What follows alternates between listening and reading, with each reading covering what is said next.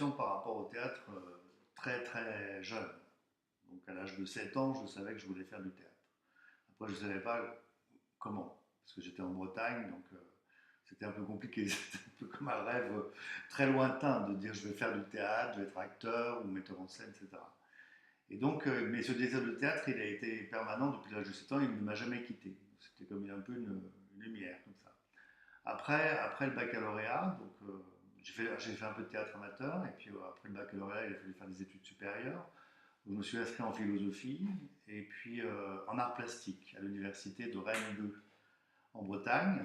Et donc, j'ai fait un CAPES d'art plastique. Donc, j'ai été professeur d'art plastique, en fait, à 24 ans.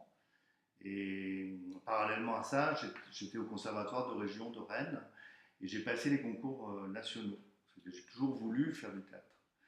Et puis j'ai pas réussi tout de suite. Donc j'ai passé le concours du Théâtre national de Strasbourg, j'ai pas été pris. Et ben, après j'ai passé euh, le conservatoire, j'ai été pris au premier tour, mais pas au second. Et j'ai fait un an à l'école de la Rue Blanche qui était à Paris à ce moment-là, dans la classe de Brigitte Jacques, Wageman. Et puis l'année d'après, je suis rentré dans la classe de Michel Bouquet au conservatoire.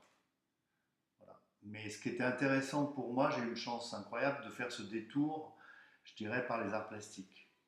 C'est-à-dire, tout d'un coup, le rapport à l'espace, le rapport au signe, le rapport à l'art. J'étais passé d'abord par ça, avant de faire mon apprentissage d'acteur au Conservatoire national supérieur d'art dramatique avec des grands maîtres.